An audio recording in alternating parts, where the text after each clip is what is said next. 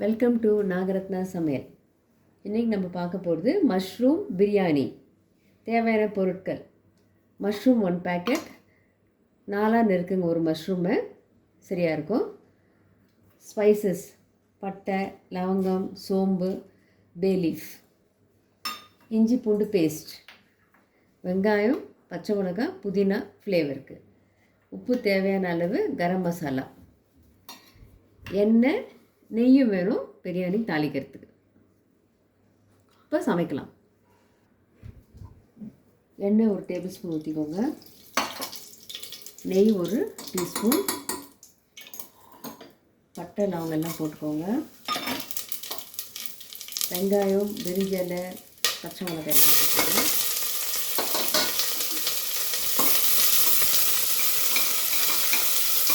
நல்லா மிக்ஸ் பண்ணிட்டீங்கன்னா டக்குன்னு வந்துடும் உங்களுக்கு. அந்த வெங்காயம் செவந்துடும் உங்களுக்கு. கொஞ்சம் இந்த கிளாஸ் பக்குவத்துக்கு வரும் இல்லையா, அந்த மாதிரி பாருங்கள். இந்த மாதிரி அவ்வளோதான். இப்போது மஷ்ரூமை கொட்டிடுங்க. அதில்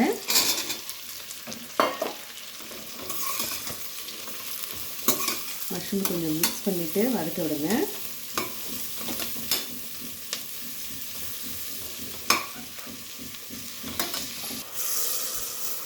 இப்போது அந்த மஷ்ரூமில் இருக்க தண்ணியெல்லாம் விட்டு வந்துடுச்சு. இப்போது ஷ்ரிங்க் ஆகிடுச்சு மஷ்ரூமு.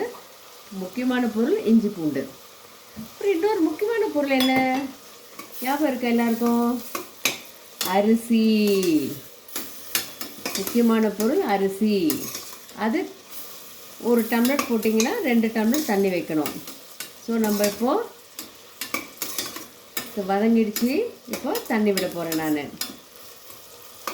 நான் வந்து 1.5 டம்ளர் போட்டிருக்கேன்.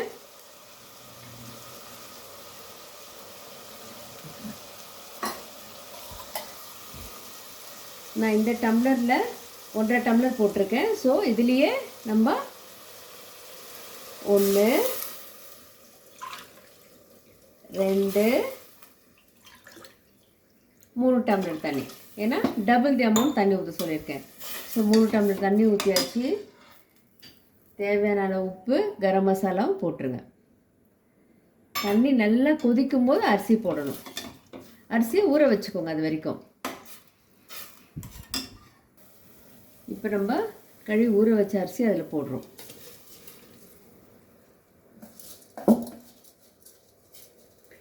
தேவையான பொருளெல்லாம் போட்டாச்சு எல்லாமே. ஸோ ஜஸ்ட்டு மிக்ஸ் பண்ணி 2 விசில் தான் விடணும், அதுக்கு மேலே கிடையாது.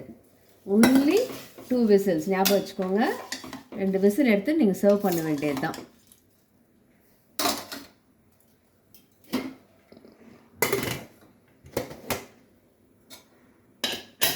ரெண்டு விசில் விடலாம்.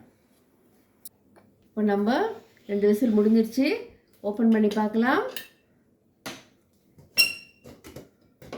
வாவ், என்ன மனம்!